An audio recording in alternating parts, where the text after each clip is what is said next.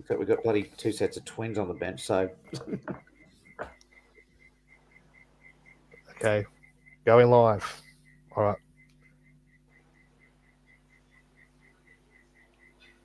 Okay, good evening, everyone, and welcome to the Mad Dragons podcast. And here we go. We'll get started. Just sit right back and hear it tell. Tell of a podcast crew. You gather around and watch a drink. You give your point of view. As man is a panel spy, he shows that he has fun. And Donnie, our host, will jump along. God must do the score. God must do the score. Big T's our rock, he keeps us cool. He often gets his say. And just like he knows the girls who live in Dragon's Way. Never in Dragon's Way. The Mad Dragon podcast is a journey unforeseen. With man and Donnie to the and make with tea and cocoa. Just the start. Muzzle and the other crew. Here on the Mad Dragon podcast. All right. Good evening, everyone, and welcome to the Mad Dragons podcast for tonight. We are joined by Big T, Hasman. We'll have Coco and Daz on a little bit later as well. So, Hasman, we'll run through the West Tigers side. Sorry, the Dragons side. And I'll just bring up there. Hasman will run through the Dragons side. Start again, Jess. Start again, mate.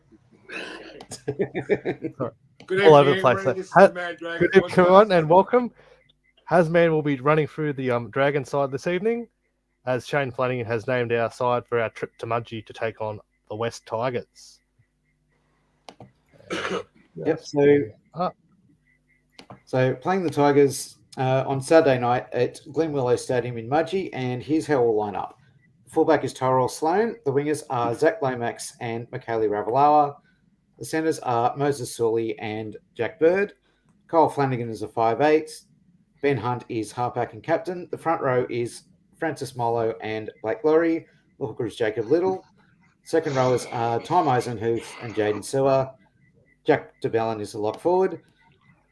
On the interchange bench is Jesse Marsky, Viliami Fafita, Ben Murdoch-Masela, Raymond Fatala Mariner. And on the extended bench is Michael Milo, Conor Molaison, Christian Tuapalatu, Matt Fine, Sione Finau, Max Fine, Toby and Ryan Catchman, and Dan Russell. So there you go, Jesse.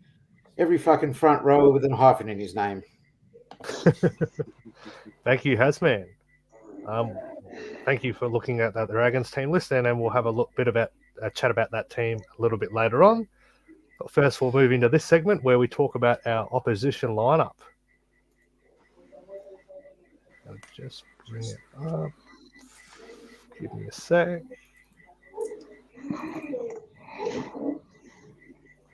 Come with me as we go behind enemy lines.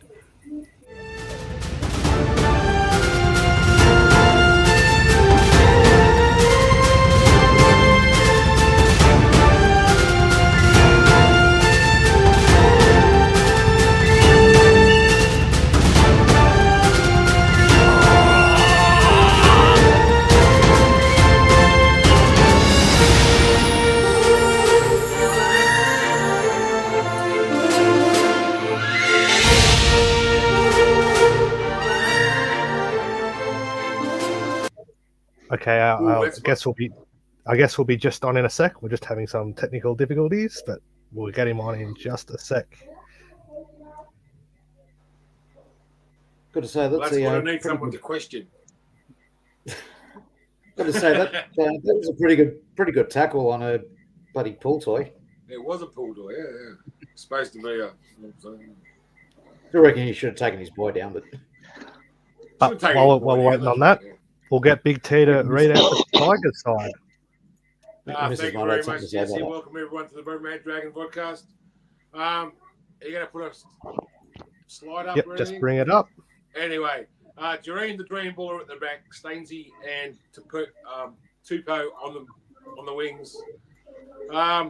Hard-hitting Justin Olam and Staffatoa in the centres. Bud Sullivan, shaking my head, always shaking my head about that one. Aiden Caesar, Stefano Uto Ikamanu, Happy Coruscant, David Clemmer in the front row, Isaiah Papalihi, Asu Kepaioa, Alex Sifa, locks the scrum. On the bench, we've got Lachlan Galvin. We've got to look out for that bloke. He's going to be a future star. Alex, I will score again, 12. Fanua Pole and Samuela Fainu on the bench. The extended bench is Sione Fainu, the brother of the other guy. Simpkins, Masons, another Y shaking my head, Alex Lobb. Alamayalo, Tony Suka, and Justin Atumoa. Coached by Benji Marshall. I'd like to bring in Rob now. Rob's a host on Westlife Podcast. G'day, Rob. How are you, mate? Good, mate. How are you? I'm good. I'm big. Hey, Rob.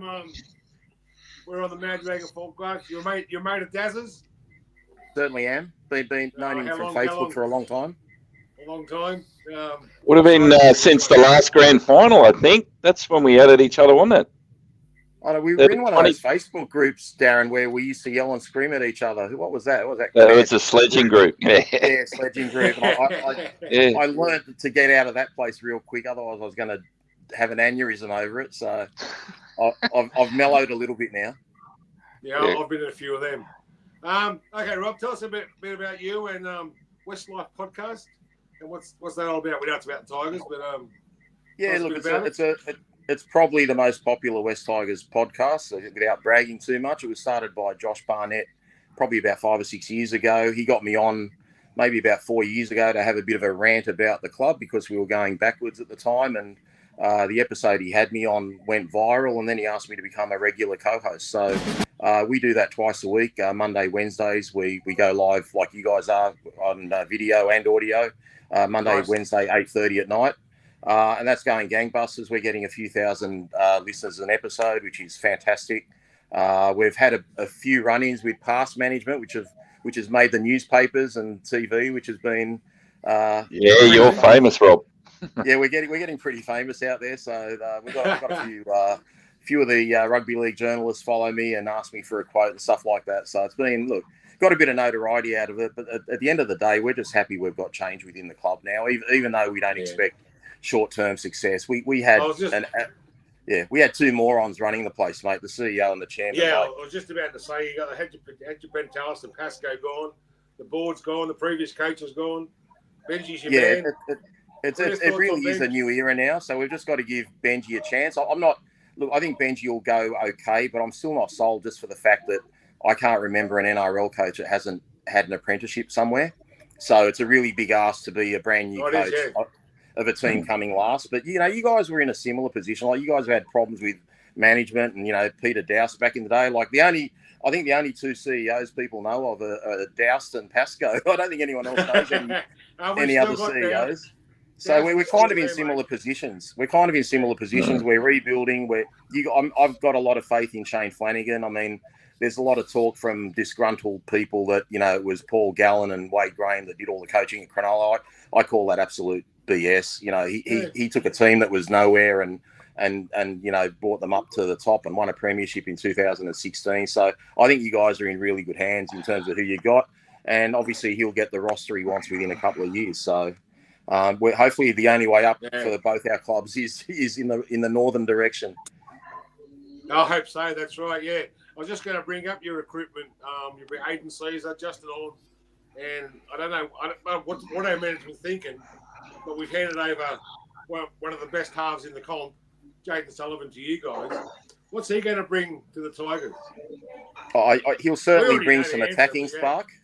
He'll certainly. Plenty. I've spoken to a few St George supporters, and a few of you blokes are quite divided on him. I hear a lot of St George supporters saying, "Why did we let go of him? He's such a spark."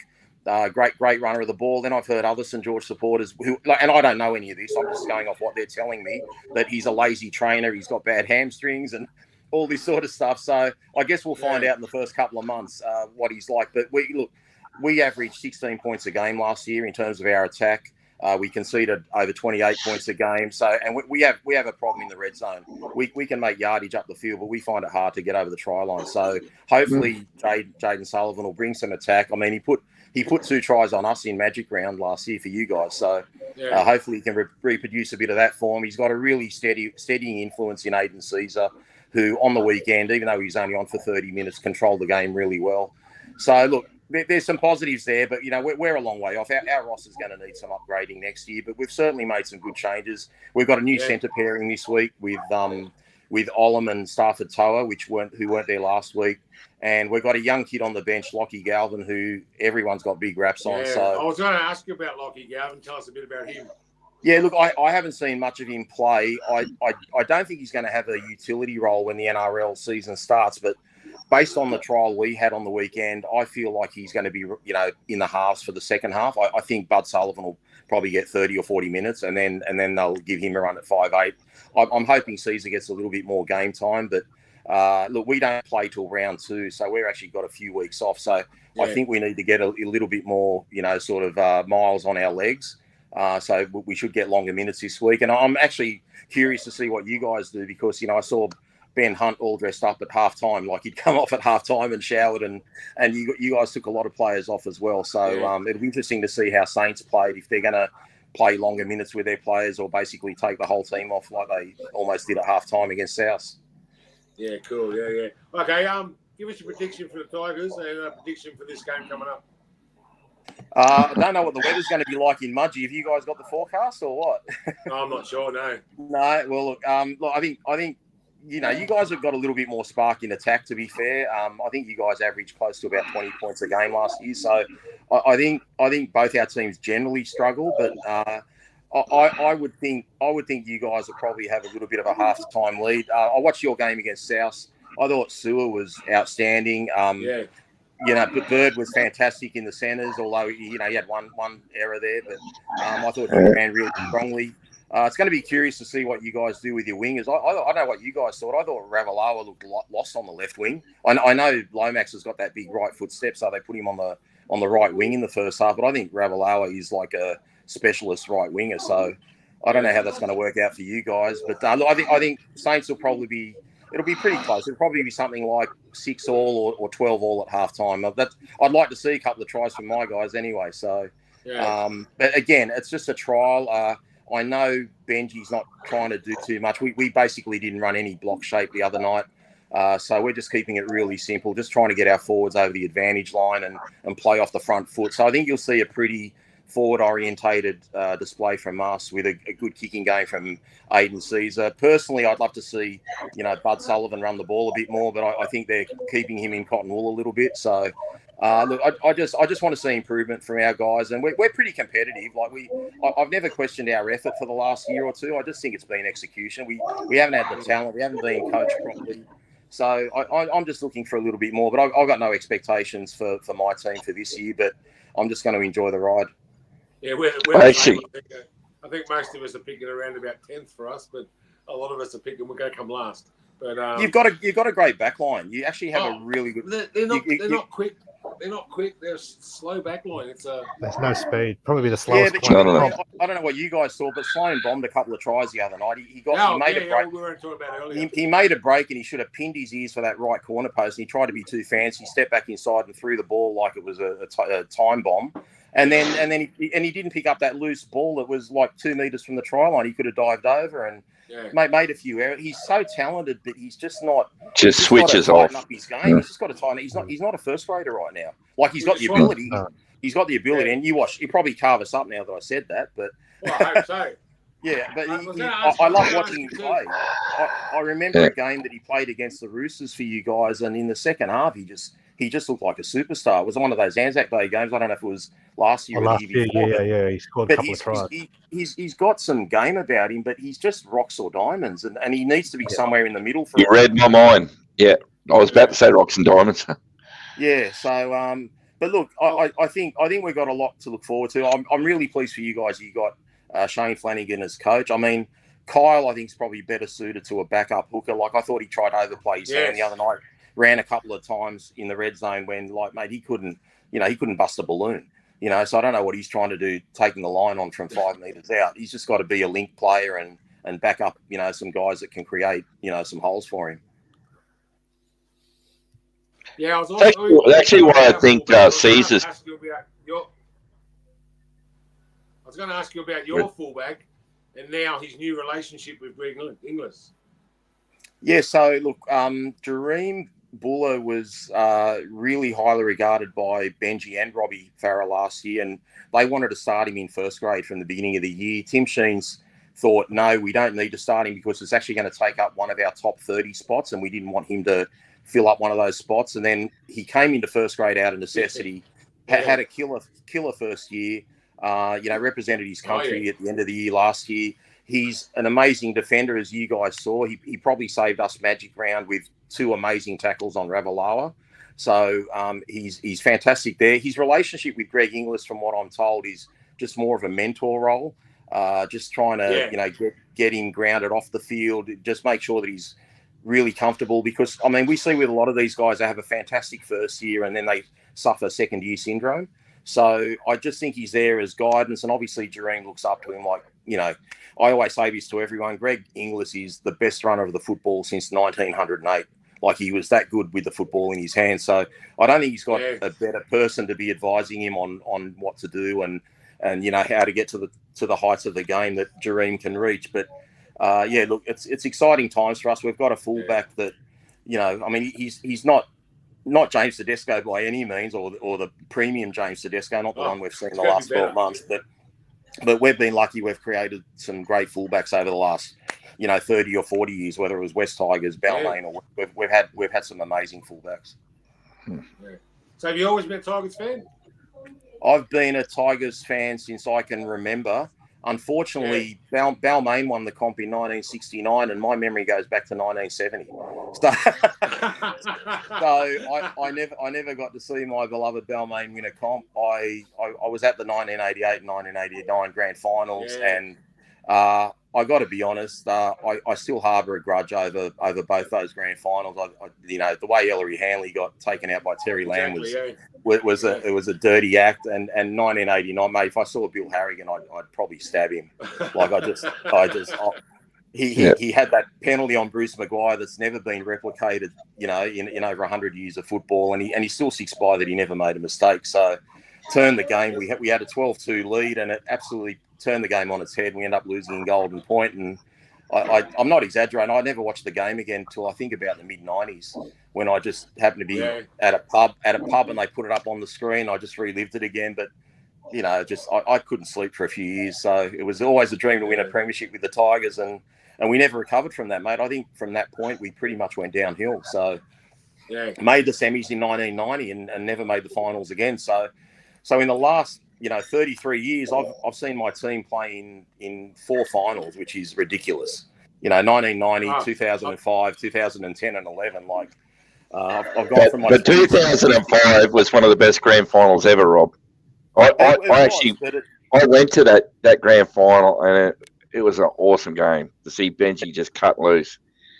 Yeah, I don't want you to kick me off your show, but to me, the grand final was the week before against you guys, because you guys were hot favourites. You're meant to have bought all the tickets out of the stadium and all that sort of stuff. And I've never been to a game in my life. I actually get emotional thinking about that game. It was just so good. We were ready to die that night. Honestly, I would have rather died than lost that night. That's how much it meant to me. So I kind of feel like the next week was, we kind of gutted man. Yeah, we'd beaten the Cowboys, I think, 3 weeks earlier in the first semi-final by 50 points. So we didn't expect to lose to the Cowboys. But I really didn't give us much hope against St George, because that year St George and Parramatta were absolutely daylight ahead of every other team in the comp, even my team. So everyone thought it was going to be a St George Para grand final. Then ridiculously the next day, I think Parramatta lost 29-0 or 31-0 to the Cowboys, who were $8 outsiders in a 2-horse race. So we thought we were going to play Parramatta and get pumped, and the gods worked out that we got to play the Cowboys, and the rest is history. 5 years later, we got revenge. You I'm not going to mention Jeremy Smith's knees in the back that never got penalised, even though we got suspended after the game. We're not going to go down that path, but it is what it is. We had our chances, so we could have won the game. But we were paying the refs back then. Paying the refs, but Robbie Farron over to Winston Dean Young. Stevenson, George Clark. He's always been good for you guys in the video ref box. I'll never forget. I mean, that's that night he was so bad against us on the field. Do you remember the game against was it Hazemel Masri's 300th or 400th game, whatever it was, at Cogra, when they scored the try and he pulled up Idris for a shepherd or something and Jamie Sauer did the flop. You remember? Yes, we talk about it all the time. That was Steve the Clark. Man. Yeah, so not a fan of Steve Clark. Has anybody else got a question for Rob? What do you think of the signing of Jerome Luai for next year? I'm excited about it. It seems like we're going to play him as a halfback. I'd prefer him to play as a 5'8", but as I've said to a few people, I got to watch his very first game, not first game that he played NRL, but the first game that he started at halfback when Cleary was out for some reason. They played the New Zealand Warriors, and if you go back and look at the highlights, he scored 2 outstanding tries on his own, and he carved everyone up. And I thought, man, I'd love to have this bloke at the club. And to be fair, I think Luai's just in cruise control at Penrith. Penrith are so good that I don't think Luai has to do much. But everyone that seems to play outside Luai, whether it was Viliami Kikau or Sorensen, or if Hosking was on his side of the field, or even our Luke Garner that went there, he just seems to be able to put people through holes. And I just don't think he's actually had to do much because, of course, Cleary runs the show and Penrith play that grinding sort of game. They grind you to death. They literally beat you in the first 30 minutes. They come out so hot that, the next sort of 50 minutes are pretty boring from Penrith. They've already got a 12-point lead. But I think Luai's style of footy, suits us. He pretty much plays like how West Tigers used to in their better days, like with Benji and Robbie and all those guys. So he loves Benji. So I think that's the reason he's come into the club. So look, I'm hopeful. I'm not expecting miracles, but hopefully, we need some kids to come through that we can hang on to. We've always had good juniors, but we get other clubs, taken, whether it's Pappenhausen or Tedesco or Mitch Moses or whoever. We get kids coming through, but why would you want to stay at the Tigers when they've been shit for so long, and you got the Roosters and Melbourne Storms offering you big money and giving you a career after football? So we've got to change our culture and get some people within the club who aren't football related that will make you want to play for the Tigers. And also, we haven't had home games at our natural home grounds. Like, we've had 3 games a year at Leichhardt, 3 at Campbelltown. We need to sort that out. We need people from the MacArthur area to get attached to the team and want to come to West Tigers game where, we took 3 crappy games to them last year, either at 8 o'clock at night or Sunday on a 4 o'clock in the afternoon when it was pissing down rain in winter. We've just got to do better for our fans. And I think our previous management was just all about money, and they didn't really give a shit about the fans. So it's a big rebuild, but I think we'll be right. We've got 10 home games this year, 5 at Leichhardt, 5 at Campbelltown. So amongst the other games that we've got, but I've come back and become a season ticket holder again. I promised when Pascoe was gone, I'd be back. So, looking forward to that, and just want to try and, just want to have a bit of hope. Without hope, it's really hard to follow a team. And I've had no hope for the last 3 years. I know it's only footy, guys, but, we love our teams. Yeah, that's right. I've literally been fully depressed. I've been depressed. There's been times I've rung Josh, who runs the podcast, and said, mate, I can't do the podcast tonight. Like, I'm just all negative. I just don't want to rain negativity on fans. So it just really gets me down. I shouldn't take it seriously, but, it's like a religion to me. I've just loved the game for so long. And I think there's a lot of us. It's the culture. It's not just the culture. Like, there's people out there, like, they got, we've all got sort of ups and downs in our lives. And you just think, we'd like to win half our games or make the finals once every few years. Not having made the finals since 2011. Yeah, my kids have doubled their ages and they haven't seen the Tigers in the finals. The 2 of them don't want to go to games anymore. And I just think, man, this isn't, it's not nice. Yeah, it's not a good feeling. I only said the other day, we're not winning games, we're not building our fan base, and whose kid is going to want to follow the Dragons? They go, Dad, Dragons are shit. They don't win. I'm not going to follow. They follow the Panthers. Yeah, it's hard. Like when I literally take it personally when my kids don't want to come to games with me because, and they're adults out there, 26, 29, 32. So But for me, like the love of rugby league was the bond I had with my dad, you know, and like my dad passed away when I was 17, Yeah. but like they're the best memories of my life, going to the footy with dad and living and breathing and talking about it. And I just want that to sort of be passed down to the, you know, my grandkids and stuff like that. So look, we've got a really big fan base, as you guys know. Even that preliminary final that you guys won in 2010, I think it was something close to 75,000 fans there.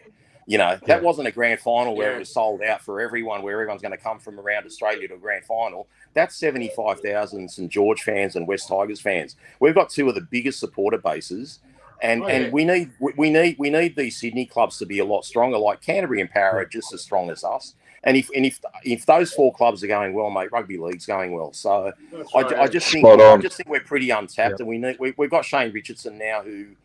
Like that was like winning Powerball, getting that bloke. Like the guy's rebuilt so many clubs. He knows what he's doing. Yeah. So I think we're in really good hands as long as he stays healthy, because he's had some health issues himself the last month or so. So look, I'm trying to be positive about it, but Christ, it's mate. If we make the finals, gosh, I don't know. I'll be beside myself, seriously. Yeah. I start the season every year with hope and like praise. They're going to do something this year. And as the season goes, I slowly decline, like you were saying. A bit like that meme with Homer Simpson going into the bushes. Is that it? Yes. Exactly right, yeah. I'm a bit like you. You get to the we come out and support another team later in the year. Sunday and you go, I don't want to do this. But you can't support another team, can you? You can't. Like, even if your team's going shit, you watch every game and you're just thinking, I just want that feeling again. You know, we won a game against Para a couple of years ago. It was our first game of the year. Jackson Hastings kicked a field goal from 38 metres out. I just remember running out the back, you know, like running around the clothesline, arms in the air, celebrating. Thinking, fuck, we just won 1 out of 7 games. Like, we're not even going to make the finals, but that's how that's like a grand deprived of success we've been. We've won 8 games in 2 years. Like, put them together and we still don't make the finals. You know, so we're a long way off, guys. We're a long way off, but you know, we're way off. We've got rid of the, you know, it's not a nice word, but we've got rid of the cancer out of the club. So, you know, I think we're in a good position now to go forward, and it might take 3 years, 5 years, but I know success will come. Yeah, similar to us, like people say how good Flanagan's done. He's won a premiership. We know he's got results, and it's going to take time, but hopefully in a few years he can get us back to where we need to be. Yeah, well, just remember, he's only had 2 or 3 months. Like, there's not much he can do with the roster and with who's available. But if he looks at 2025, he can start planning right now. And you've got 12 months from now, and he can see who he wants to get rid of, who he wants to keep, who he can identify. And look, the guy took over a team that was at the bottom of the ladder with Cronulla. So I'm really confident. You know, even when I listen to some of his commentary, you know, watching on Fox NRL, like, he makes some really good comments. Like, I know people like to put shit on him over the drug scandal, but he knows his footy. I think you're in really good hands there, and I rate him as a coach. It's just the baggage that comes with it, all the do-gooders that just want to, you know, tall poppy syndrome. They want to put you down for whatever you want, whether you like him or not. The guy can coach, so I think you guys are in good hands. But just, you know, just be patient. I know you've had some lean years like we have, a lot less than us, but just be patient. He'll be right. He's a good bloke. Yeah. Hope he gets the best out of Kyle too. Yeah, but I think if, you know, hopefully he responds like Billy Walters did to Kevin Walters, because Billy Walters was absolute garbage at our club 2 years ago, and in 1 year he looked like a superstar with Brisbane. So, but as I said, I reckon it's just my own view. I saw Flanagan play a little bit of dummy half play last year, and I thought he did really well. So I think that's where he'll end up being. And Jacob Little seems to be playing well with you guys. So I think he's more suited to dummy half than 5'8". Yeah, we'll talk about that a bit later. I'd like to see Mudgee at 6 and Flanagan at 14. But well, is that it, guys? We're done with Rob. We can pass him on now. Yep. All good. Yep. All right, boys. Thanks for having me. Thank you very much. You've been an absolute legend. No worries, guys. I think we play you guys in round 4 or 5. Round 5, I think. We'd love to have you back on. It'll be fantastic. Anytime, and we might get one of you guys on our podcast to do the preview, because we'll do the preview on a Wednesday night, and you guys will do it on a Tuesday night. So, if one of you can make yourself available, we'd appreciate it. And good luck for the season. You know, I think both our clubs deserve to be better than last and second last on the ladder. Yep. Exactly. All right, We boys. deserve better. All the Yep. best. All right, mate. Thank Okay, you very take much. care. Thanks, Rob. Thank you. Anytime. Bye, guys. Yeah, Rob. Rob Becara from Westlife Podcast. Thank you very much. I've actually Yeah. seen his podcast a few times. Really good show. Yeah. I didn't ask him whether we can catch him up, but anyway. Anyway, All well, the good Got his podcasts. details. Yeah. anyway, we'll move on to our Let's next talk part about of the our night. rebel. But first, we will go into this. Back in a minute.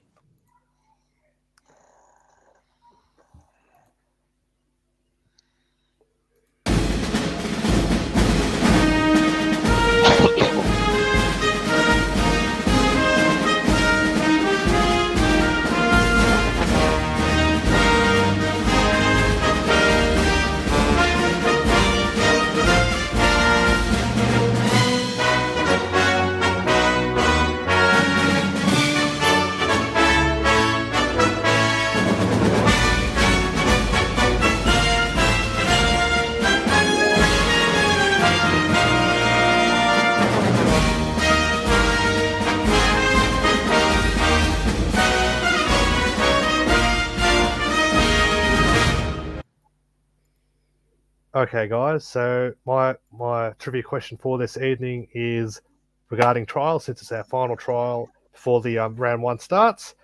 So my question this evening is: have we ever won a trial in Mudgee, in the town of Mudgee? Can you name the year? And also, if you can do that, whoever gets the that year correct, there'll be a follow-up question straight after that. So you name the year that we won the trial in Mudgee, and then after that there'll be a follow-up question of the score. So go on ahead and fire away in the comments. When was our only trial win in Mudgee? While we will wait for those answers to come through in the comments, we'll talk about our team. So Darren, with the team list that Flano has named for this Saturday night, are there any real surprises? And what do you think? Did you expect this side from Flano, or would you like to see a different side lineup? No, I don't think he's looking for wholesale changes at the moment. He's probably more looking for stability, and that's why the starting side's going to be similar. I'd expect this team to be competitive in the first half, and now reserve grade team that tends to go on in the second half. They've probably got still a little bit more learning to do, but yeah, I definitely think he's looking for stability at the moment. Yeah, obviously, there's still a lot of recruits coming into the club, and there's still combinations that need to be worked on, and they still need to be tweaked and fine tuned, and they looked a little bit not there. Still a bit clunky, yeah. And yeah, it's still going to take a bit of time, but hopefully they can get it right this weekend, heading into round one. A big T. Yes, sir. Raymond Fatala Mariner in for Dylan Egan, and Jesse Marshke named at 14 instead of Cunnamull Hyson. What do you make of that? Well, Raymond Fatala Mariner is going to come straight to the side. Dylan Egan last on, first off, so you're going to have to bide his time again back in the resis or the lower grades. Marshke, I'd like to see him start at 6 and Flanagan move back to 14. I think he can handle himself. The little bit we've seen on Saturday at South, I think he's going to be able to handle himself. Looks sharp. He does. Yeah, he had a little bit of a different variety of kicking game. Like Flano and Hunt I thought they tried to bomb too much during the game. Last night, on Saturday night, and they looked a little bit predictable. I thought Marshke had a little bit of variety, and that's what we do need. We need Ben Hunt not to overplay his hand, and I think this is what Ben Hunt's trying to do, is get too involved. He just needs to share the responsibility around with his other half, and then play his natural game. Yeah, that's for sure. And it looked like Kyle was trying to do a lot of the kicking, but Ben Hunt did say that the next day that he did mention that he's got to where is it? He's got to let go. He's got to trust. He's got to trust Kyle a bit more and Yeah. call his Well, direction. there you go. I didn't hear that, but yeah. Not take a back seat, he but did have say faith that yeah. Flano can do well and take a bit of pressure off Hunt. It's going to take time. It looks like Kyle will start this year at 6, but have to wait and see how they combine. I don't know how long that'll last. So we haven't got Coco on, so I'll hand this one to you, Hasman. So after the disappointment of the Charity Shield, do you think the Dragons can redeem themselves with a good performance against another team expected to struggle in 2024? I think we can, but it cannot be with the same second half team as what we had last week. If Flano does that again, we can expect the same sort of result. He should have a better idea now of who can cut it and who can't. And I think he's got to be looking more to who's going to be in the 17 in round 1 and just have a look at the sort of these fringe players and go, so for example, let's get back to the bloody team list. Like Max, the Phenai twins, for example, they're not going to be there. I wouldn't bother putting them on. Connor Molaison, probably wouldn't have him there either, to be honest. Dan Russell and the Couchmans, probably keep them. But he's got to be looking more towards round 1 and not just throwing kids out there for experience, because if we do that, we can expect exactly the same sort of result as what we had last week. It's as simple as that. Yeah, I mean, the Tigers don't have the players that Souths do, but then again, the Tigers might be playing their best team.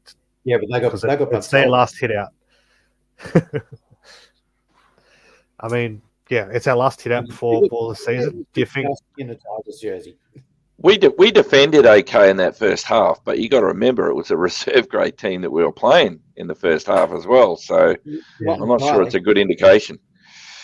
They had a few players out there. It was nowhere near a reserve grade side. They still had Cam Murray, Jai Arrow, Kaloa Matangi. Yeah.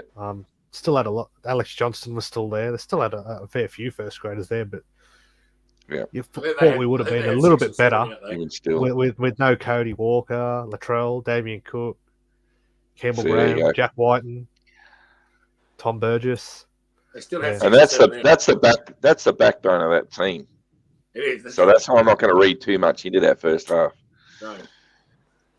Yeah. This week, hopefully you'll play our top side for 60 minutes.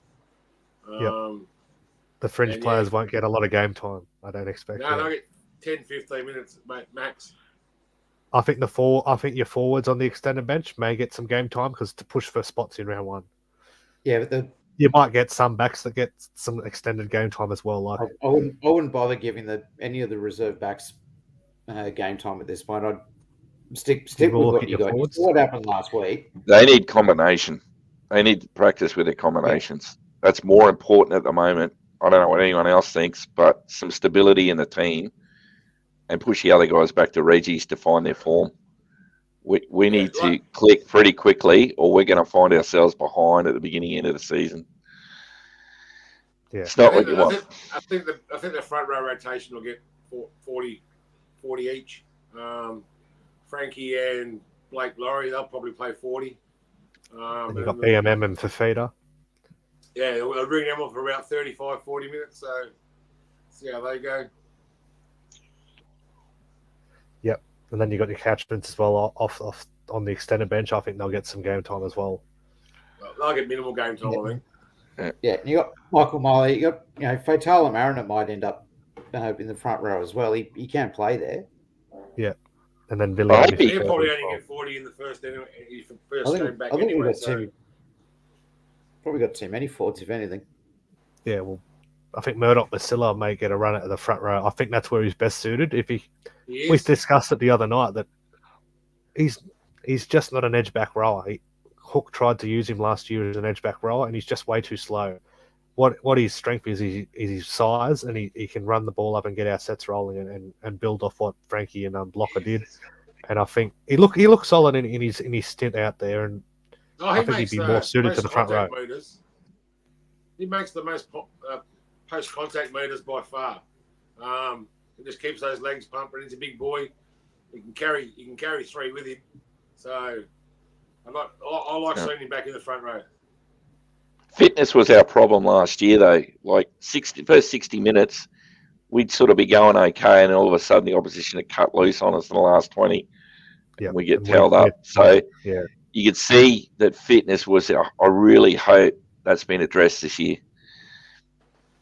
Yeah, well, Flano is really big on fitness, and that's the first thing I identified when he got into the job. So, not seeing it just yet, but it may take a few weeks before we do see what Flano wants in this team to come to fruition. What happened in the second half last week had nothing to do with fitness. It was about inexperience. That's right. Nothing to do with fitness. And a lot of new players playing for the club. Yeah. That was about experience and cohesion. Yeah. Yep. Like you had Chorpolo got a lot of minutes there. Then you had Michael Molo, hasn't played a lot of first grade, as well as you got we had Sione, I don't know how many minutes Sione Finau got, and then Max Fino came on late out wide. So there was a lot of different combinations and unfamiliarness out there, and a lot of the newer players still learning how to fit into our club and what style of play we'll be looking to play. And hopefully Plano can give a good the best 17 a run and see how they go on Saturday night. Obviously, still no Hame Sele there with that niggling injury, but hopefully he's available for round one.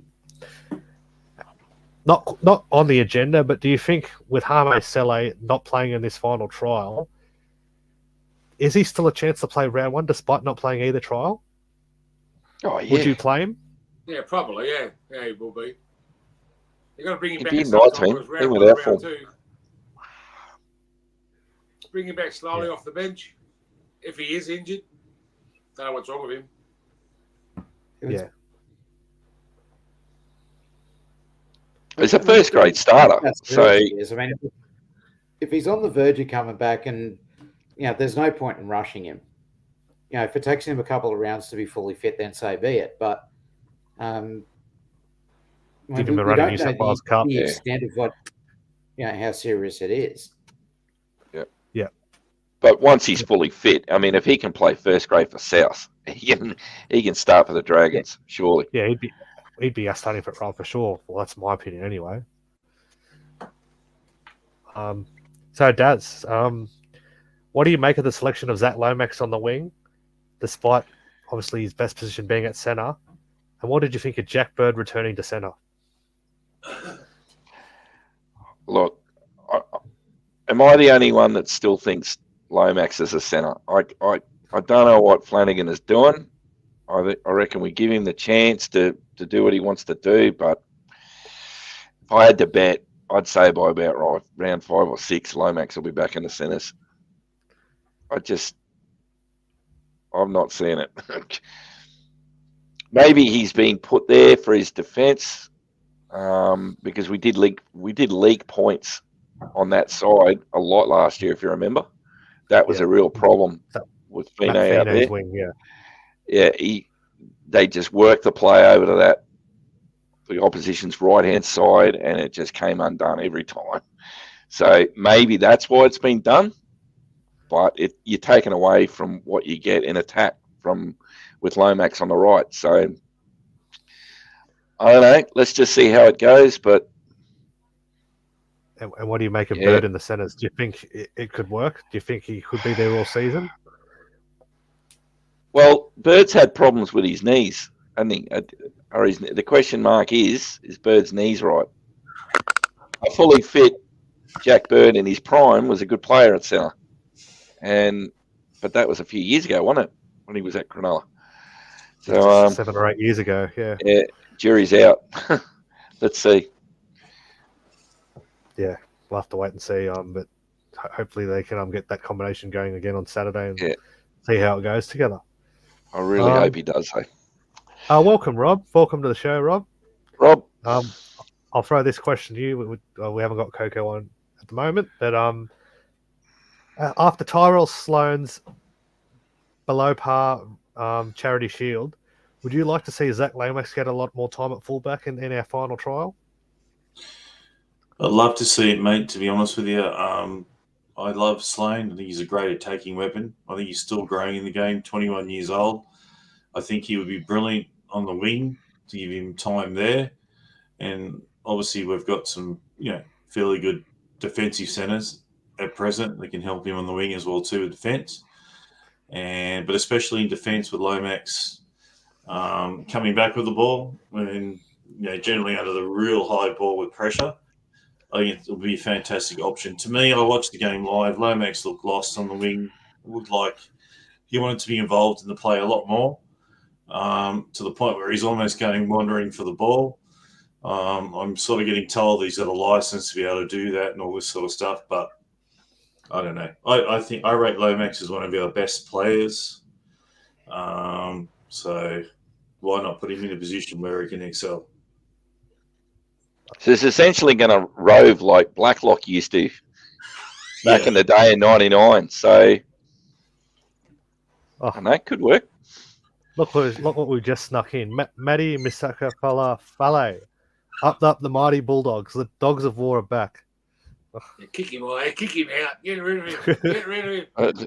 That's two. We've been infiltrated. Last week. You Bulldogs must have a sad, sad life if you're watching the Dragons. They must have a sad, sad life. They want to watch us.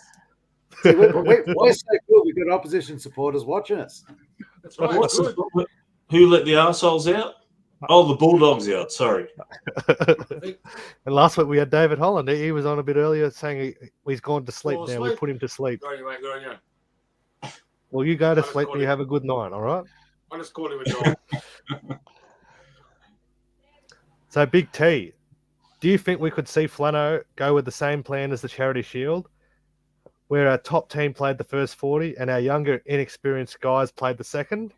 Is that really ideal with our last hit out before round one? No, we'll play 60, 65 minutes with our top side, I think, and then the rest will have their run after that. So they'll get the last 20 minutes. And then we'll go into 2 weeks later, go into the full 80 minutes with the 17. Anyone else got anything to add on that? Do you think we'll go with a strong with most of our top 17 for the bulk of the game, and then give those ones on the extended bench little stints here and there, or do you think we'll go with what Flano thinks our best 17 is going into round one?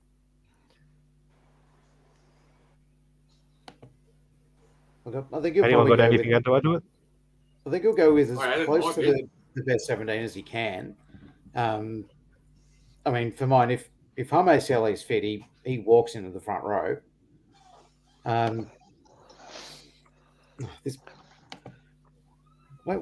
Why are we even letting these Bulldogs pounds? Like, what the hell's Donny doing letting these idiots in? Where are they coming from? Donny has to have a no animals policy. I mean, come on, jeez. These Bulldogs, they hate us so much they want to be us.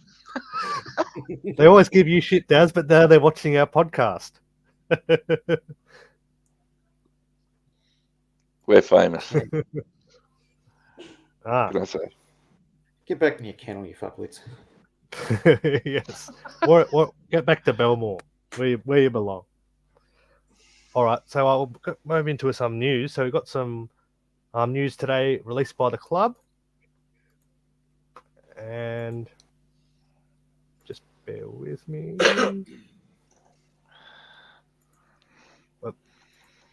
Just bear with me. I'll bring this up.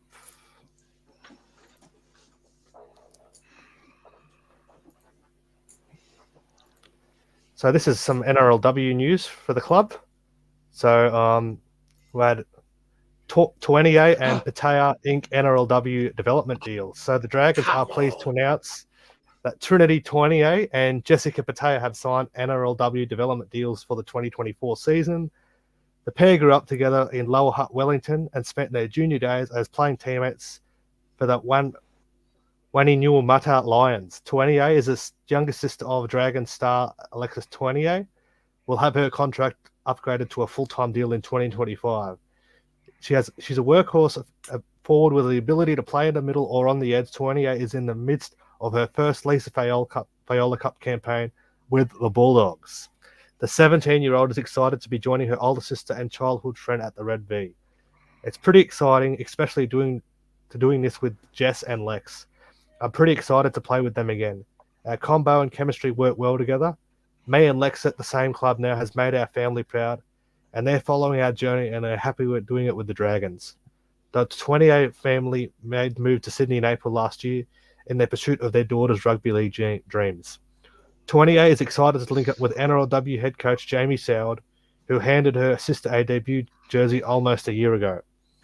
Hearing all the horror stories that Alexis told about preseason last year have me mentally preparing myself.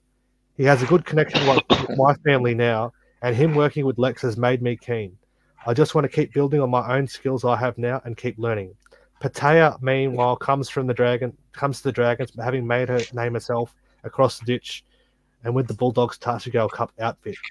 A versatile athlete and creative athlete with the capacity to cover multiple positions in the back line, Patea says it is surreal to be joining the Dragons alongside Trinity and Alexis. It feels really like not real, but I'm so happy and honoured to be able to sign with the Dragons and work with the coaching staff and some of my friends from back home. Having girls from back home who I've been playing with since we were like 10 is so special. Just how highly they've been speaking about the coaching and everything that's been happening, it's really exciting. I'm just speechless thinking about it. The 18-year-old moved to Sydney earlier this year to continue her rugby league journey, which he says was sparked by watching her father and uncle play during her childhood. I'm still settling in, but it's been good so far. I started playing league because of my dad. He played for the Wannamatta Lions back in the day with my uncle.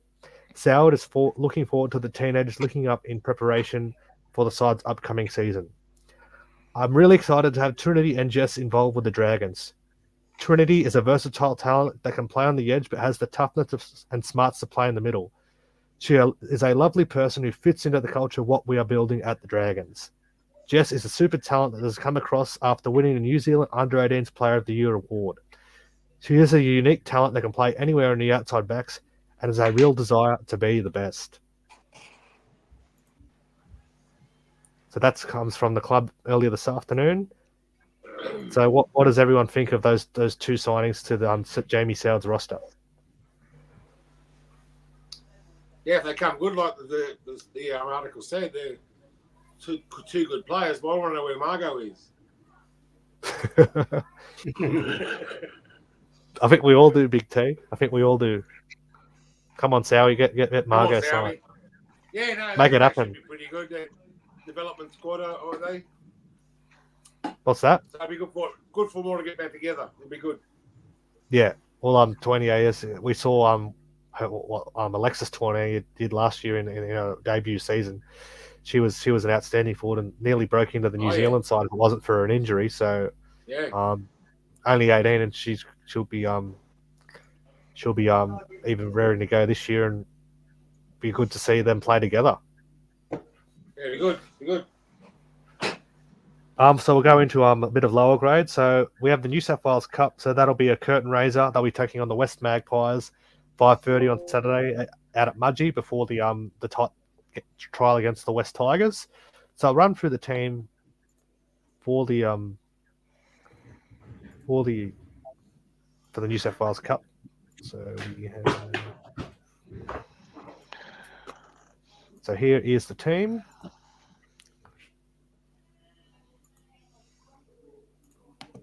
And we have that.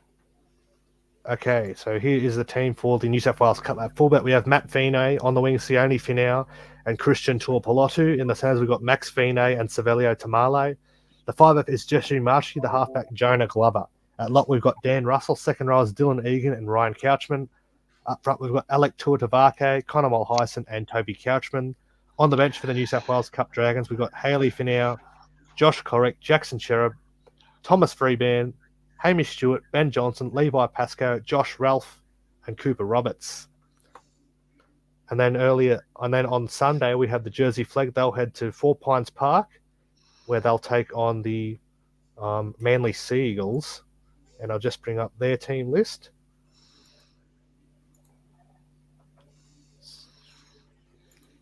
Which is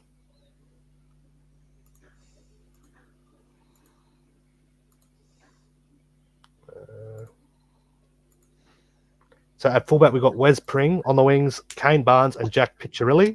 Will Starling and Ben Lavender are the centres. Nick Quinn and Ashton Ward are the halves. At lock, we've got Matthew Alhazem. Second rows, Campbell Waters and Dylan Asanowski. Up front, we've got Jacob Webster, Kyan Heljartson and Jet Liu. The bench, Riley Pascoe, Travis Barrett-Hancock, Callum Lightbowl, Jack Quine, Kai Wright, Kai Russell, Nash Hooper, and Trey Barlow. Travis Barrett-Hancock, that's Trent Barrett's Son. nephew? Son, that's right. Yeah. He's actually got his daughter is actually playing for the Steelers in the That's right. Viola Cup. So could follow in her dad's footsteps and possibly play for the Dragons one day. And then we've got the junior reps on this on the weekend as well. So the Illawarra Steelers will be hosting the Parramatta Eels in a day of rugby league at Wynn Stadium in Wollongong. So starting with the Liz Viola Cup at 10:30, the Tasha Gale Cup at 12 p.m. featuring NRLW stars Ella Costa and Charlotte Basham. Harold Matthews Cup will be at 1:30, rounding up with the SG Ball at 3 p.m. For the St George Dragons, they have the bye in the Harold Matthews and Liz Viola and Tasha Gale Cup, so it's just the SG Ball Cup. They've got a trip up to the Hunter Valley, take on the Newcastle Knights, Saturday 12:50 p.m. at St John's Oval in Newcastle. And on Sunday, down at Ron Costello Oval in Shell Harbour, we have the Illawarra South Coast Dragons taking on the Western Rams. So at 10 a.m., it's the Andrew Johns Cup. And at 11:20 a.m., we have the Laurie Daly Cup.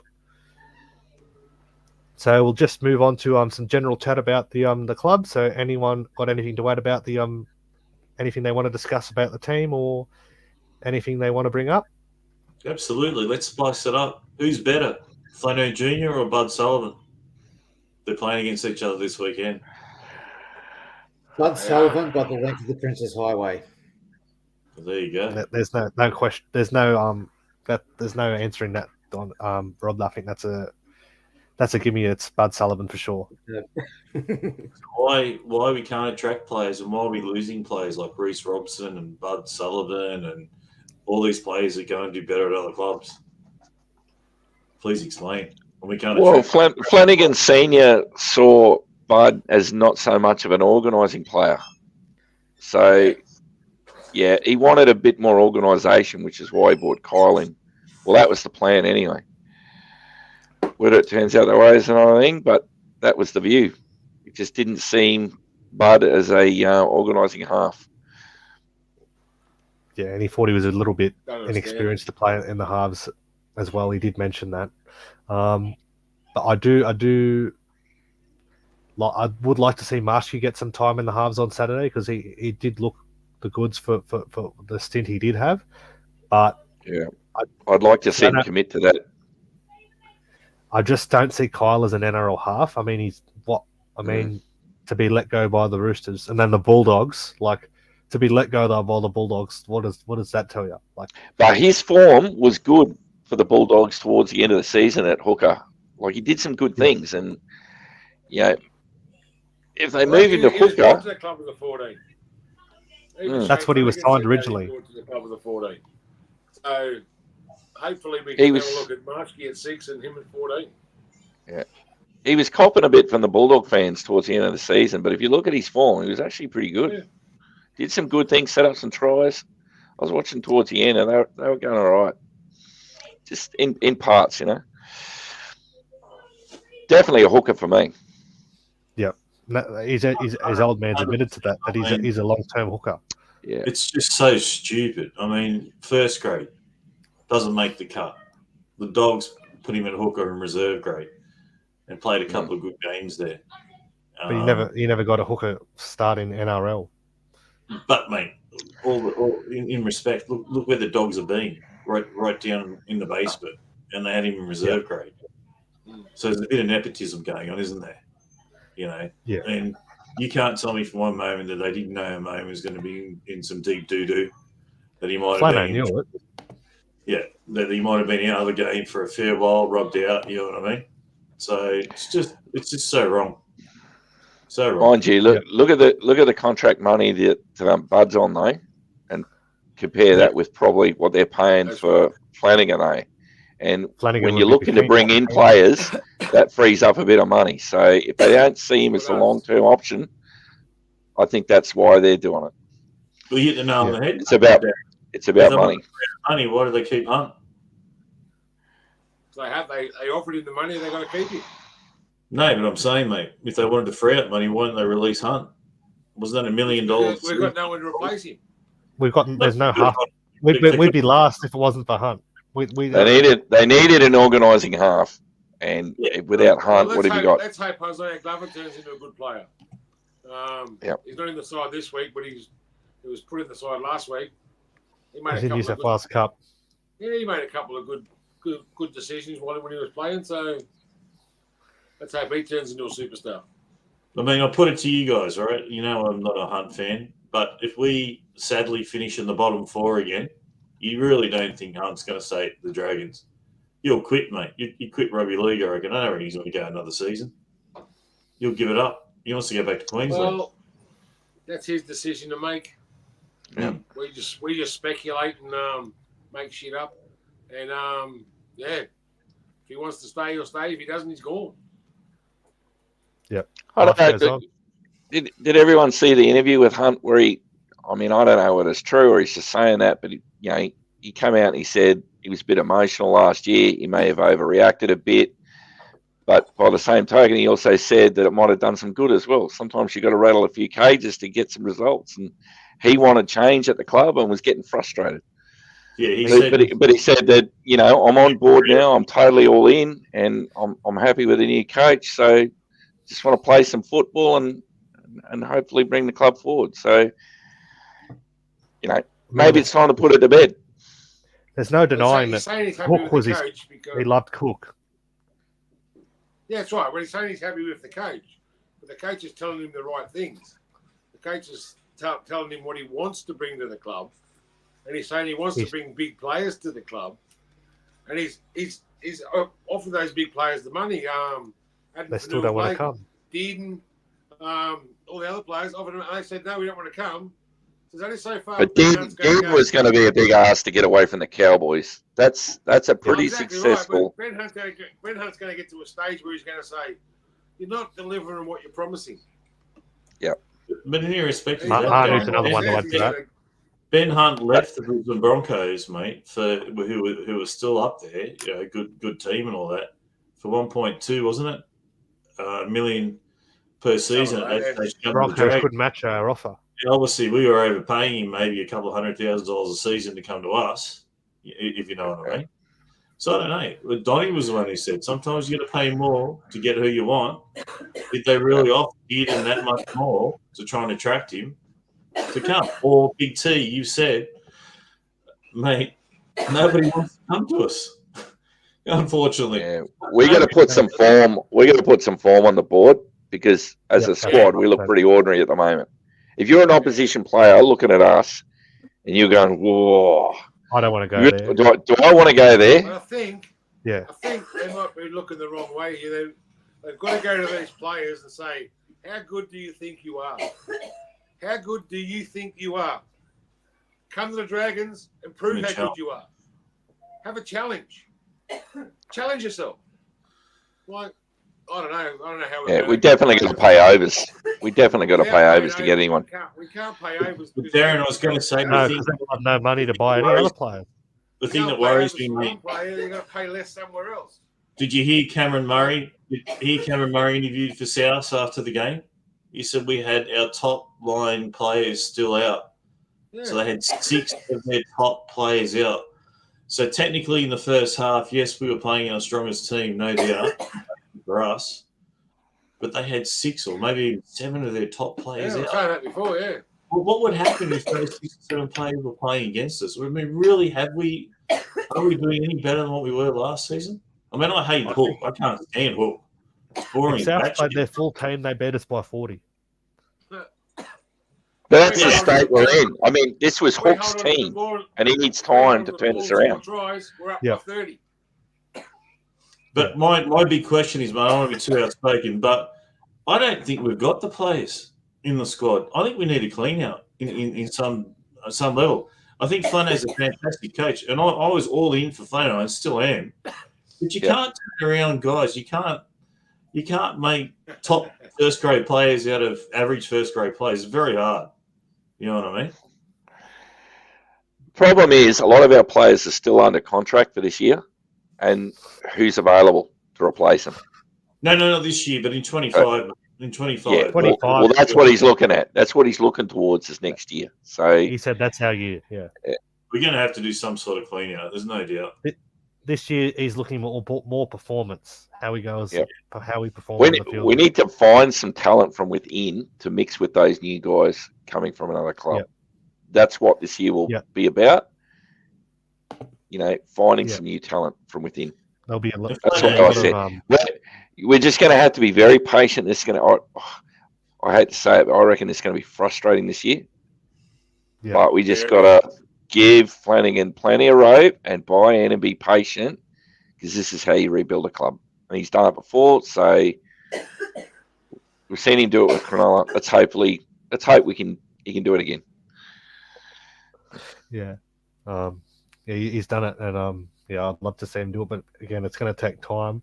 This is still not his side; it's still Hook's team, and we just hope we can be competitive in games this year. But the Charity Shield didn't really show a whole lot of what we can do. Hopefully, we can build into that, but there's still a lot of work to do, and Flano has admitted that. What do you think, Hasman? Yeah, look, it's difficult to attract the sort of players that that Flano's been looking at. When you have a look at our sort of the last probably going back 12, 14 years, ever since we won in 2010, we've been utterly shithouse. Flano's even said, look, don't expect too much this year. It's 2025 that I'm sort of looking towards. I think we're just going to have to, put up with another year of, mediocrity. And then next year, with any luck, we'll get some decent players and be able to give it a shake. So probably looking down the barrel of bottom four again, I imagine. Well, I've already That's what I expect. Somewhere between 10 and 14. Yeah. I think even, although after last week, I'm starting to think 12 to 14 might be more realistic. Well, because we get significant injuries as well too, we'd be in a lot of trouble, wouldn't we? I was So we got a comment from a Tony Owen the Saints. It took Flano 60 to lose that Tony. Liam Mahi. I was pointing to Liam. It took 5 years to rebuild it. The Sharks. Yeah. That's right. Liam's right. Hi, Liam. How are you, mate? Good mate of mine down here on the South Coast. So anyway, no James Savage. The Flano didn't go from the spoon to a premiership in 2 years. That was after the Asada scandal in 2014. 2015, he was put back as coach, and then 2015 he got into the semi-finals, and 2016 he got on the premiership. He actually started coaching the Sharks, taking over from Ricky Stewart halfway through 2010. Yeah. Then his first full year was in 2011. He got the Sharks to the finals every year from 2012, bar 2014 when he wasn't the coach, and then finally took him to the premiership in 2016 and was coached up until 2018 until he was moved on from after 2018. And I remember too, because my wife's a Sharks supporter, and he had to get rid of some players and even some senior players that were getting to 32, 33, 34, move them on, and obviously get some players in as well too. And he really got some hardened seasoned first graders into the club, and I think had to make some hard decisions to get rid of some players that have been around, the system or whatever, but they just weren't, what you needed to get back to the finals. Yeah, I mean, we've got the player. We don't have the players there yet. I mean, we need something to. I think if we land a big fish, then we'll start getting players. But until that happens, we're going to struggle to attract players, and we'll be having this same sort of form. Hopefully, we can just surprise this year and just play we as a need to team? see, we need someone to come through from the under-20s, from the reserves, some real talent to come through that way. 5 or 6 good kids come through from there. That's how you build a club. And then you put, in the chat, you know, in the there chat, are some coming through. Got to win away games. We didn't win an away game last year. Yeah, away games are important, aren't they? Some of these games in Queensland. And our first 2 are in Queensland. Yeah. But we still have to win away games. Like, we didn't win an away game last year, so that was pretty poor. That's a huge stat. We're the only team in the comp that did that. And we won something. We won the something. only team in the comp that did that. Did you get a trophy for that? Light up the trophy? We got try of the year. 2 years in a row. Hey, can I throw up another question in for you, Darren? With the rebuild, mate, and I'm not saying this particular guy, but I think a Shane Richardson or somebody like that at the club would be really good for the coach, for the club that can help attract some of these better players. I mean, look at Richardson. He comes into the Tigers. Jerome Luai signs. His track record actually working at the Sharks, right, as well too in South. Yeah. For those that know, I'm originally from Brisbane. So I first laid eyes on Shane Richardson when he was at the Tigers in Brisbane, the Brisbane Tigers. Oh, really? And he was an outstanding CEO then. Then came to Sydney, and he's just turned water into wine at every club that he's ever been with. He is an outstanding CEO. And I think I like what Rob said. They're going to have some success with him. He is that good. Well, that's what I think we need the Dragons, mate. We need someone. Yeah, I'm surprised I didn't go for him. I heard there was rumours that we were going to go after him, and I was like, please do it. But they never did. So he would have been a good catch. Yeah. Mate, attracting players, like what Big T said, giving him a challenge, attracting him to come in, you know what I mean? Make them give him a job. Give him a job after footy. Yeah, the key to him is he will throw all the support around Benji that he wants. Whatever he wants, he will get it for him. It ain't a CEO trying to dictate to a coach, no, you do this, you do this. Benji will be saying to him, I want this, and he'll just go out and do it. Yeah. That's how he works. And that's the key. Similar to when we had Wayne Bennett. Wayne Bennett ran the show. Dowse went out and got him what he wanted. That's why we had luck. Yeah, that's what you get with Shane Richardson. Yeah, we put in the comments. No offense to the CEO now, but it just seems to be just too, I don't know, just too sort of. You've got the financial side of it working, though. Yeah. The finances at a club are going really well. Whether he can, work with the coaches. By the look at some of those lower grade results, we're going well in the lower grade as well. Yeah. The Steelers won by 50 or something last week. Yeah. Yeah, but we're on top of the comp. Both teams are on top of the comp in that competition, aren't they? Ball. Yeah. Yeah, both teams are on top, Dragons and Steelers. So that's looking good. And I was going to throw another question to you guys. Sorry, Jesse. I know you're going the agenda, but I thought this would be an interesting question. I love Jerome Buller in the sense of the way the Tigers have got Greg Inglis doing a bit of mentoring work with him, as a fullback. Surely to goodness we couldn't get, if we're wanting Slane to be successful as a fullback, couldn't we get someone of that ilk in to help Slaney? I mean, Billy Slater used to do it in the past, I think, a little bit, with players, but obviously he's coaching Queensland Origin now. But wouldn't that be a big help to Slane to have a bit of, like a bit of somebody at his side to help him, guide him? Well, that's what Mark Coyne's for. Yeah, to help the boys in the back line, right? Mark Taylor with the leadership. Yeah. I just saw one-on-one might help.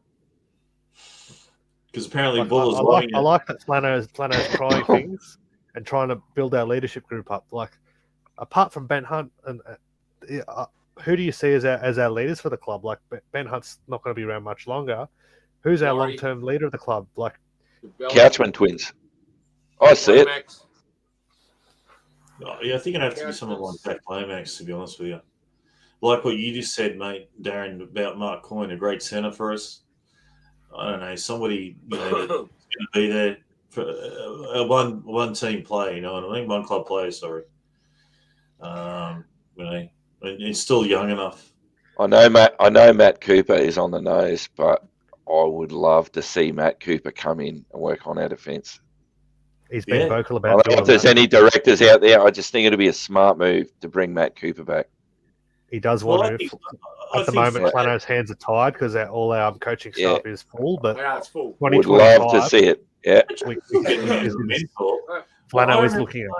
Flano got in Andrew Eddinghausen back at the Sharks to work with the defence, with the backs. Same thing as what you're talking about, Darren. I mean, ET was a great defensive centre as well too. What's Flano doing these days? Fantastic. Wouldn't hurt to bring him if you could get him. The FP side. Yeah. And he could play anywhere, and he could do job at 5'8", centre, back row. He'd be a great mentor for those coming through. You got Mark Picky Riddell, assistant to They should sound out. The guy they should sound out is Jeremy Smith. Jeremy Smith, remember? Yeah, he was a hard forward, hard edge forward. What he brought to our team back then was just so much. He was just icing on the cake. Those 2 years. Just a no nonsense forward. Yeah. I'd be trying to bring Jeremy Smith back. He could add a lot of value, I reckon. I reckon the door should be open to all the old stars. Jason Nightingale, everybody should be able to just come into the club and talk to players. Well, Ben Cray's there. He was a Dragons through and through. He's still on the board there, involved in the club. Yeah. Actually, the other night I walked past Peter Downs at the game. Like before a game or something. G up the boys, you know what I mean? Do some actually did walk past Peter Downs out the game last Saturday night. Hasman's favourite Peter Downs. What's that? Well, your favourite man, Peter Downs, he said. It's not saying anything. Would have been about 30 crownings deep by the time the game ended. Anyway, so we'll have some predictions for the game. So what do we all think is going to happen in this trial? Do you think it's about building combinations, winning a game, performance, out-muscling the Tigers? What do you think the game will come down to, and what are you expecting to see? Start with you, Hasman. I think it'll come down to what Flano decides to do with in the second half. As I said earlier, if he does what he did last week, we're going to see the same sort of thing happening. If he sort of reins that in a bit and, just brings a couple of the young guys on, maybe in the forwards, leave the back line intact, I reckon we might be able to get away with it. Got to finish the last 20 strong. Yep, keep going, Des. Yep. Yeah, I was just saying, I think we've got to finish off the last 20 minutes. I know we're probably going to chop and change players, but seeing us finish a game off is the key for me. Yep. I think the Tigers last week changed their team in the second half as well, the whole second half. They did, yeah. Like I said, they'll probably play the top team for about 60. Yeah. At the top 17, top 18, top 19. Yeah. Play for the first 60, and then all the other young blokes will get a good go in the last. And that's the danger. 3 or 4 tries in the last 20 minutes can happen. For a spot in the it's going to happen again. It happened. And we've got a question before we've got to play for the full 80 minutes, not 60 minutes. But we're not going to see the full side for 80 minutes this week. If we can play for 60 and then change, we should be winning, and hopefully they don't run us down. James Savage has come up with an interesting question. Yeah. Why wouldn't they mix up positions, try something different? Flano's pretty much named the same team. Yeah, exactly. Because you're looking for combinations. That's why you're trying to get players familiar with their positions. Right, the guy outside them, getting comfortable with the way they play, the style of play, all those sorts of things are important. So you're looking for consistency and stability. Especially that's why. Flanagan, especially with a lot of new players in the club. But I reckon he'll interchange Lomax and Sloan maybe. Give that. Well, he didn't do it. He didn't do it last week because Lomax was a little bit injured. So he had some back spasms. He had back spasms. Yeah. And then he switched to centre in the second half. Yeah. That's why Tui Lomax came onto the wing and Lomax played in the centres. Yeah. Lomax and Ravalawa do change positions quite often on the right hand side. It quite often happens. So he's played there before. Whether he's played on the left side, which is probably why he was a bit unfamiliar with what was going on, is another thing. So he might have to get familiar with that side. Hey, who's Olam facing? Olam's playing for West Tigers. So what centre is he up against? He's up against. He usually plays on the left, doesn't he? I think Yeah, he plays on the left side. So no, that'll be Bird for us. I think. Birdie. Olam might bash him. Yeah, well, yeah. Yeah. Bird's going to get the stuffing knocked out of him. Olam's just a tough little bugger. Yeah.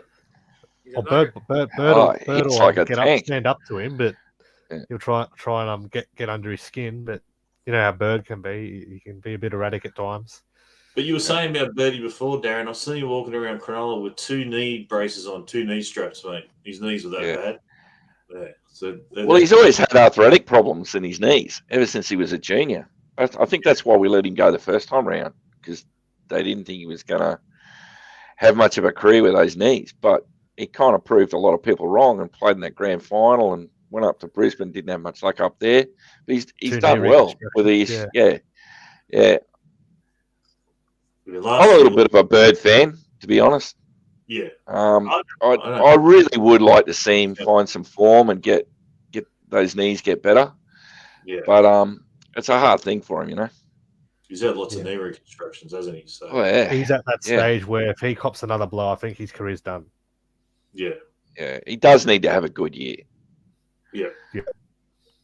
And I think not the keys for him is to stay in the one position. Because ever since he's been at the club, he's been swapped and chopped and changed. That's right, yeah. For his sake, he needs to stay at centre. Yeah. Yeah. Stay at centre. That's his best position. Yeah. Yeah. Centre or 14, I think. He's too small for back row now, mate. He gets smashed in the back row. For sure. Anyway, let's go through some predictions. So, who's going to win, and what do we hope to see in the game? Start with you, Big T. I hope to see the combination start to work. Final passes and fifth ball decisions improve. Like I said last week, we could have scored up to 8 tries in the first half if the passes had stuck or the right decision was made. A couple there, 8 tries we could have scored. We could have been 30 up at half time, but the last ball didn't stick. So I want to see that starting to work. I want to see Maskey get time at 6. Yeah, definitely what I'd like to see too. Develop those combinations, really fight for one another, and really fight to the very end. Be in the the contest for 80 minutes. Fight for every inch, tooth, nail. Just scrap for everything. Just leave everything out there in the tank. Got to compete, do little things right. Yeah, that's the key. Defense has got to be on. Mine's not got to go wandering. Yeah. So what's your prediction, Big T? So you're expecting a Dragons win? Like Rob was saying earlier on, I think the Dragons will be leading at half time, and hopefully that they stay on for 60, the full side, and we'll be leading with 60 gone. Hopefully they don't run us down. Been a long time since we've led in the first half, though, hasn't it? We usually play from behind. I hope you're right, though. Anyway. Yeah. Yep. So what's your prediction, Daz? What are you thinking? A Dragons win? You think? What do you hope to see? Everyone's going to hate me. I'm going to say 32-16 Tigers.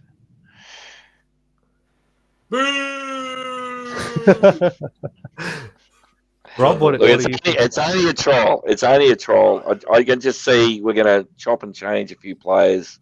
So because of that, yeah, mostly because of that, I think there'll be a lot of changes that'll go on. He'll try a few things, and that'll create a little bit of instability, and probably West will probably put a few tries on us because of that. So, see if I'm right. I'd like get a couple, I think, actually. Yeah. Rob, what do you reckon? I think different. I think that Flanagan's going to play to win. I think he knows who he wants in his team, in his squad, his 17, even in his extended squad. I think what we saw last week is that we don't have depth. I agree with Darren. We need to really go to our younger boys and really find some really good, young talent coming through that is going to be part of our rebuild. But last week proved that our depth is way off first grade level. Because bearing in mind, South still had half a reserve grade team out there, if not more, and we got carved up in the second half. I think he'll play for as long as possible. You don't like to see any blokes sitting on the, they can use as many subs obviously as they want on the extended bench. It might be used, but I think Flano will be paying to win. I think we should be stronger. We should be better. But I think the Tigers have improved. But bearing in mind too, the Tigers, obviously, the Warriors had a player that was sent off and, was gone for 60 minutes, I think, of that game out of 80. And I think the Tigers had 20, maybe one player in the bin for 10 minutes in bin. But yeah, I still think we can get the chocolates. We can get the win. But I believe, and I think people know I'm a big Bud Sullivan fan. I think Bud will show up and he'll prove that he's better than the 6 that we've got. He might even be better than the 7 we've got on the day as well too. So. But I'm predicting us to hopefully win by a couple of points, mate. So maybe I'm naive, but I don't know. But if we don't show up at all with our first team, with our best team on paper, and they don't show up, well then we'll get beaten, obviously. But I still think we can win. But we need to have our strongest 17 on the park, pretty much for the majority of the game for that to happen. Hasman, what are your thoughts? What do you hope's going to happen, and what do you think? You think we can get the win? I think we can. If the first squad can stay out there for 60, 70 minutes, I reckon we can absolutely get it done. If he does what he did last week, we'll get rolled. It's pretty much that simple. So now, So I'm picking either an 18-point win or a 20-point loss, depending on which one of those scenarios happens team-wise. Yeah, I sort of think the same thing. I just don't know how Flano's going to bring the players into the game. How long he's going to have this best 17. As Daz says, we need to build combinations and really have players push for the spots in round 1.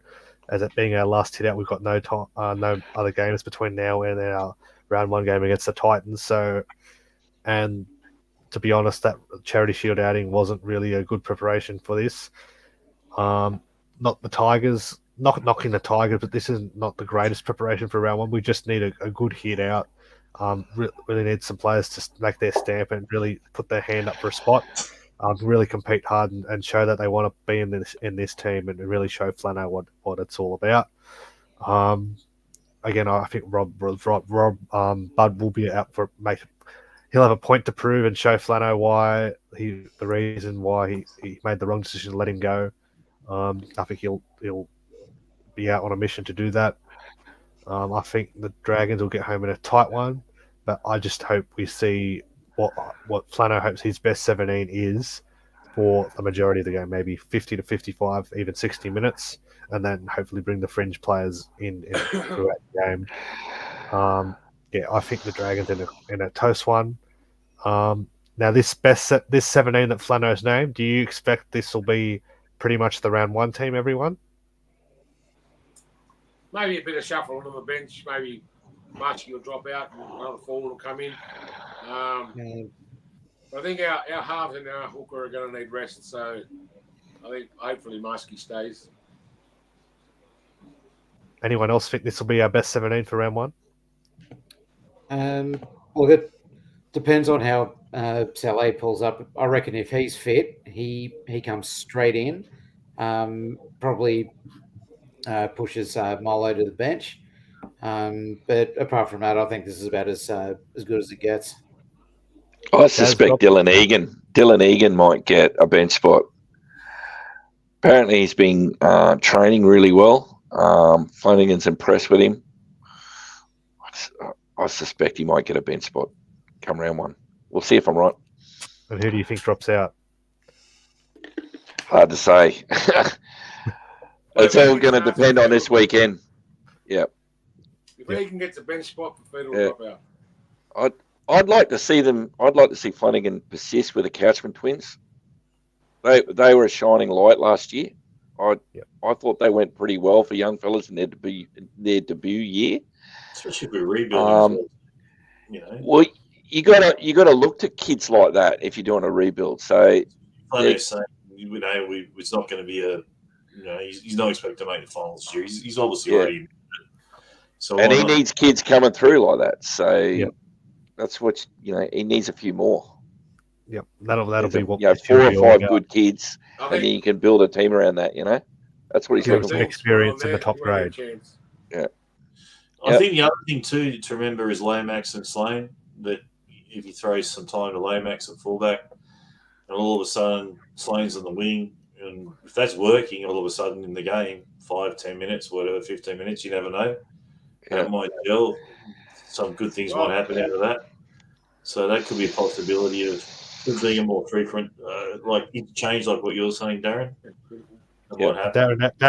Sloan's just got to switch on. He tapers off. He just switches off. He's got to be switched on for the whole game, looking for opportunities and doing what he does well. And that's attack. Yeah. He needs some confidence. He just needs to back himself and realise how good he can be. Once he realises how good he can be, I think that's where he's going to go. He looks like a confidence player.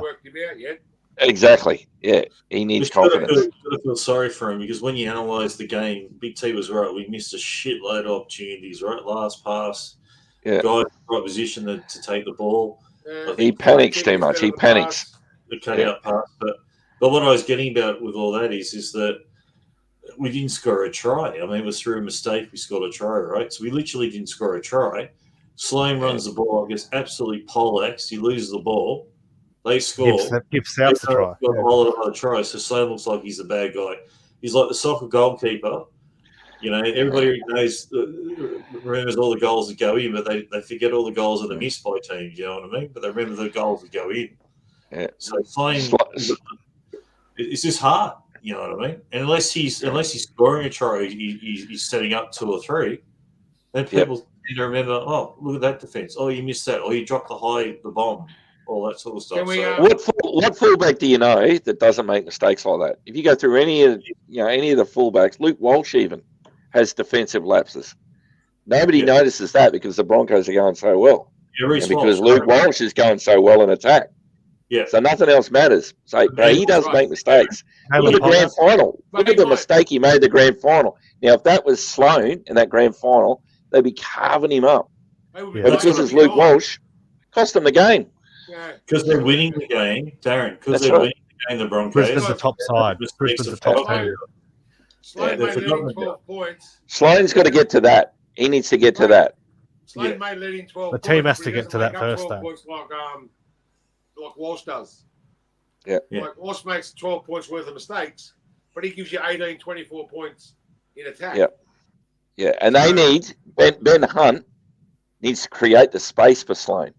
Putting him through holes. Yep. Creating space for him.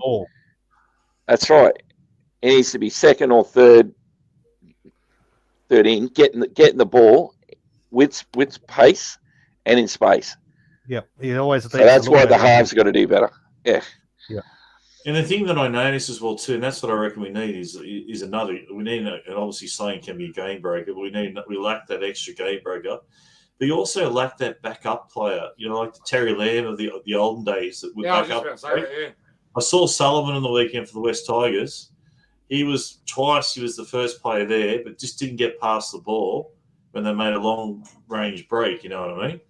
So you need that inside player that's calling. You know what I mean? Like Sloaney threw the ball. It's like he threw it to the freaking Dragons Leagues Club. That one that he threw inside. It was like a cutout pass for 3 or 4 players. So I don't know if someone called out, throw it wide, but He just passed it on the inside. If someone was backing up, it was a try. Yeah, So- does anyone think we'll ever see the day where we've got Lomax fullback, Tui Piloto on the wing, and Sloan playing reserve grade? Well, I think he's going to give Sloan the season at fullback. In all Do you think honesty, you'll get the full season? I think he'll Oh, get I don't a big know. bulk of it. He's Yeah, got to I'm not show. He's got to show more though. He has to show Just- more. Flano said he's our number He's- one, but His top. Well, if he's going to be the number one in defence, he needs to be organising, the defensive line talk as to the well. players. Yep. You go there, you there, slide in, slide out. That's what he's got to And he- learn how to do, because that's the And he's got to fullback's learn. job. Yeah, he's got to learn how to get himself in the right places too. Yeah, Not be Yeah, scared, Sloan's not be made afraid to make tackles. yeah, and he needs the confidence to have the other players to have confidence in him saying what he's doing. So Sloan's main The other asset night is when he broken ran into the South pack, he looked Yeah. like he didn't want to get tackled because when he ran to those big Souths players, he dropped the ball straight away, and that's what gifted Souths a try. Yeah. You just got to have. well, the what's confidence he to run. doing running into the middle anyway? Yeah, Unless he's trying to exploit tired forwards, why are you running in there? So yeah. And it was early in the game. Positional play. The first half hour of the game. I got another question for you, lovely gentlemen. Did anybody seem to think that Marsky was a bit better than Flanagan Jr.? I mean, he looked good to me. You know what I mean? When he was Thomas was on. good We did rep. all think that. Yeah. Yeah. I mean, no offense to Flanagan Jr., but I just thought Marsky he just looked good. Like, why not? Why not? Well, maybe that's what we're going to see this weekend. Maybe we We're see not a bit coaches. more of him. He has a good game. Maybe Flanagan Senior goes, well, hang on, you're my guy. Flanagan Junior, back to hooker. Yeah, because Junior And if he does it, he's got to stick with it. I think he might do. I think he might give Marshke a stint at 5'8" and put Flanagan in hooker to give Jacob a little spell. Yeah, that'd be that's what I Could great. do that. I thought he looked good, mate, Marsky. I really did. Even my son, who's sitting next to me, going, "Geez, this guy's going to be a great fall for Ben Hunt, player Ben Hunt, because he seems like he can organise the Marsky much more than Flano Junior. He was kicking. Kyle He was Flanagan's a kicking. better defender, I reckon. Liam Mahy just said Kyle was good in defence on Saturday. I think he was. He was good in defence. So there he is. There's Liam. Thank you very much.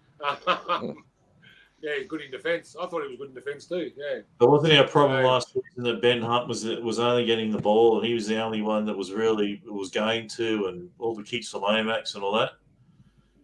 With the attack, you know what I mean? That it was just all going to Hunt. So we need that fall for Hunt, so he doesn't have to go to Hunt all the time. If you know what I mean. I think James was right there. Run a bit He more. was barking a lot of orders on the weekend. Yeah. I think he is an organising half, and he's got to let Ben Hunt just play his own game and let Flanagan run the show. Yeah. Well, I think that's the only way. And then what Darren said, it can open up the door for Sloan as well too. Yeah, exactly. Hunt's at his best when he's running. Not He not is. just trying to organise, because that's what you're not seeing. Ben Hunt is just trying to organise everything. Yeah. Yep. If our other halves can organise the play, this is where you're Take going the to see pressure the off better him. side of Ben Hunt Yeah. playing his natural game, and that's what he's best He hasn't at. been able to So do that in the last couple of years. that's right. Yeah, that's why you're not getting $1 million halfback at the moment, because he's trying to do too much. Agreed. Well, there's a question from James Savage. Why not give Hunt a spell and try Marsky and Flano in the halves? Well, that's what did happen. Put a Ferrari Hey. in your garage and just leave it there. Would you do that? You're gonna bench Ben Hunt. No, I wouldn't do that. State of the strain hooker. You're gonna put him in the garage. Yeah. No. Wow. Okay, looks like Hasman has to go. So thanks, Hasman. We'll see you on Sunday night. Yep. Enjoy your We'll week. be See you, more brother. happier than we were last week. Yeah. Oh, I hope so. Bloody hell. Right, see you boys. See you, Have a mate. good night, Hasman. Yeah. All right then. So yeah, well, I think we'll wrap it up there, guys. We've Yep. rambled on a little bit tonight, but had a good chat, and thanks to everyone for joining us tonight. We'll be back on Sunday to review the trial against the Tigers, and we'll dissect that microscopically and see how we went. So come on, Dragons fans, fire up! Fire up. Yes, Best of luck, enjoy boys. that. Red V's a part of me. Fire up, Dragon for boy. life, baby. And we'll finish with this. Coco is at Pal's heart, she wears it on her sleeve. As Muzzy tells tales of Dragons wins and Tuna victory. Tony and the MD crew will do their very best. Pick up the care on our breast with a red V on our chest. The Mad Dragon podcast is a sheep of camaraderie. Navigating ranks down rabbit holes in the land of Mudgee. And so our peddlers speak the tales of pursuit is our dream. The Mad Dragon podcast, funded by our team. It's great work,